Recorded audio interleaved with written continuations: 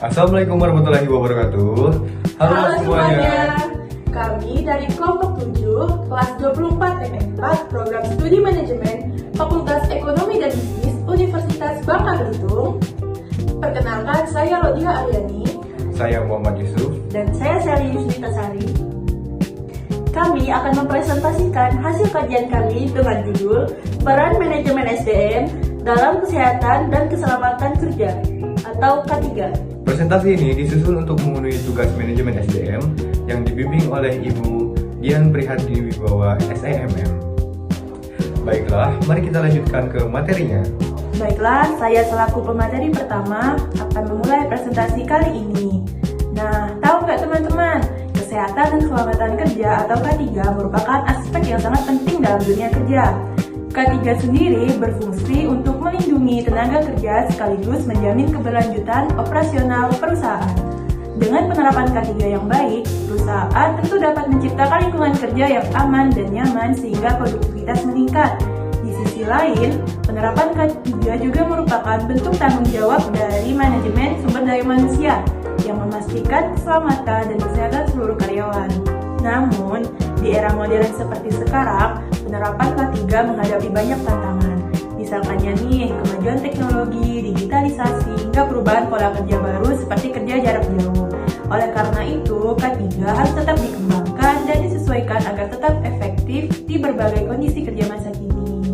Nah, berdasarkan penjelasan sebelumnya, terdapat 3 rumusan masalah utama, yaitu pertama, apa sih pengertian dari kesehatan dan keselamatan kerja? Yang kedua, bagaimana sih peran manajemen sumber daya manusia dalam penerapan K3? Dan yang terakhir, apa saja manfaat penerapan K3 bagi pekerja dan organisasi? Baiklah, selanjutnya manfaat penerapan K3. Penerapan K3 sendiri memberikan banyak manfaat, baik bagi para pekerja maupun bagi perusahaan. Bagi para pekerja, K3 sendiri meningkatkan kesejahteraan dan rasa aman dalam bekerja, serta menurunkan risiko kecelakaan kerja dan penyakit akibat kerja. Bagi perusahaan, K3 membantu meningkatkan produktivitas, efisiensi kerja, serta memperkuat loyalitas dan kepuasan pelanggan. Selain itu, penerapan K3 juga menjaga citra positif perusahaan di mata publik dan memastikan kepatuhan terhadap peraturan hukum serta standar internasional seperti ISO 45001-2018. Jadi, dapat disimpulkan bahwa K3 bukan hanya melindungi pekerja, tetapi juga menjadi investasi penting bagi keberlanjutan pekerjaan. Selanjutnya, nah teman-teman, apa sih hubungan MSDM dengan K3? Manajemen sumber daya manusia memiliki hubungan yang sangat erat dengan penerapan K3. MSDM sendiri berperan penting dalam menciptakan lingkungan kerja yang aman dan sehat. Fungsi utama MSDM seperti melindungi, mengembangkan, dan menyejahterakan tenaga kerja. Semuanya mendukung penerapan K3 secara efektif. Selain itu, kebijakan, pelatihan, dan pengawasan yang dilakukan oleh bagian SDM dapat memperkuat budaya keselamatan di tempat kerja.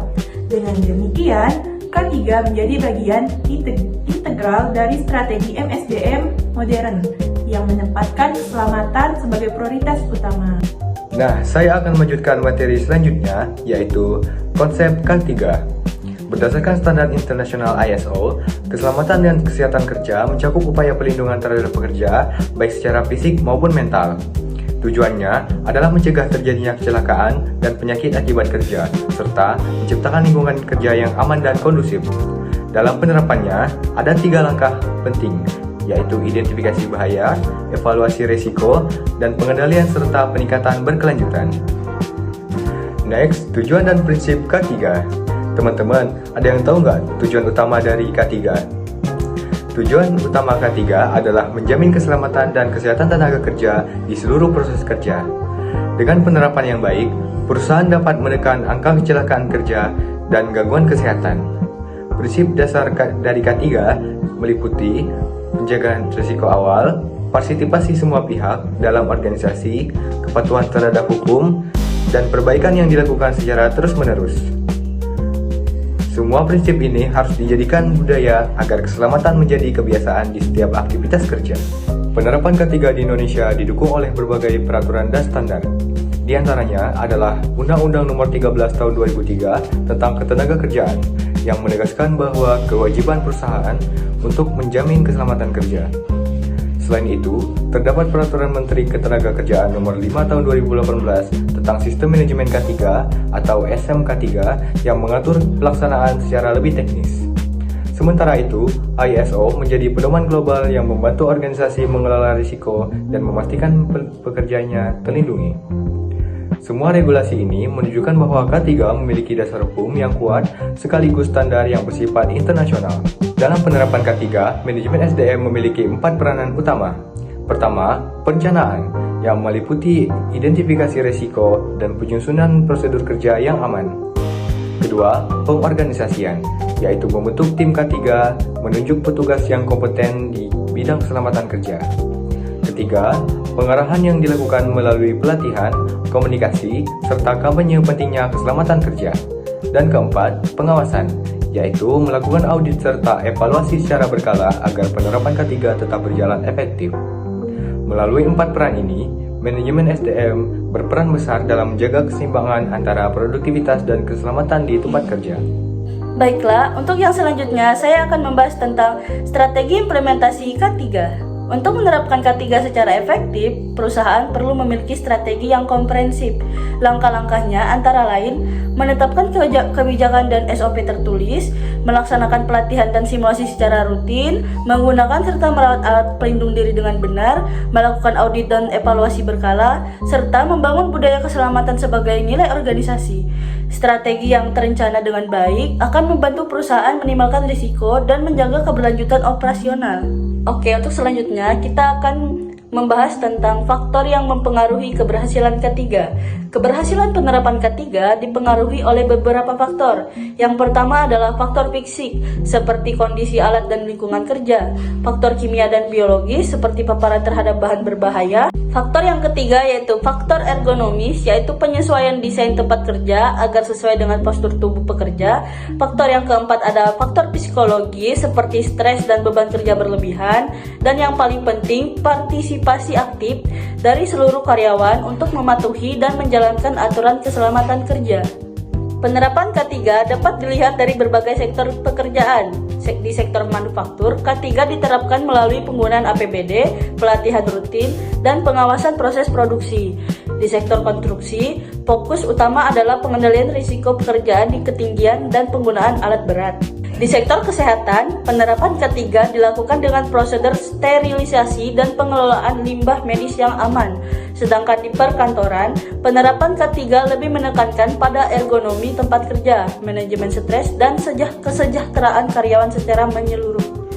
Dalam penerapan K3, ada beberapa tantangan yang dihadapi perusahaan, antara lain rendahnya kesadaran pekerja terhadap keselamatan kerja, keterbatasan anggaran untuk pengadaan alat pelindung diri, serta resistensi terhadap perubahan budaya kerja. Untuk mengatasinya, perusahaan perlu melakukan sosialisasi dan pelatihan intensif, mengalokasikan dana khusus untuk program K3, serta menerapkan pendekatan partisipatif dan digitalisasi sistem pengawasan keselamatan. Dengan begitu, penerapan K3 dapat berjalan lebih efektif dan berkelanjutan. Sebagai penutup, dapat disimpulkan bahwa kesehatan dan keselamatan kerja bukan hanya kewajiban hukum, tetapi juga bentuk tanggung jawab moral perusahaan terhadap karyawannya. K3 membantu meningkatkan produktivitas, kesejahteraan, dan citra positif organisasi. Dengan penerapan yang konsisten, K3 menjadi budaya kerja yang menyelamatkan jiwa sekaligus memperkuat daya saing perusahaan. Safety isn't expensive, it's priceless. Terima kasih dan wassalamualaikum warahmatullahi wabarakatuh. Oke, standby, kamera ready, sound ready, 3, 2, 1, action.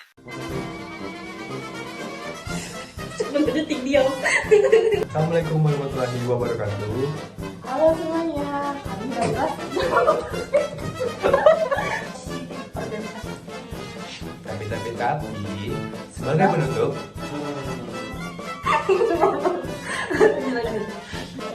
Yang intensif, mengalokasikan dana untuk program K3. Oke. Nah, berdasarkan latar Nah, berdasarkan Assalamualaikum wabarakatuh.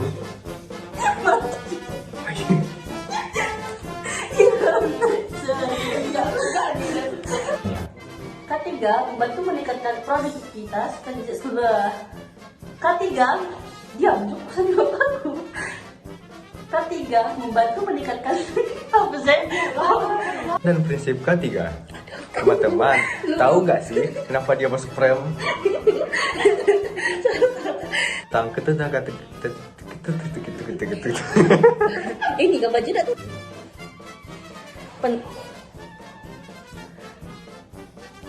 Oh, ada perut.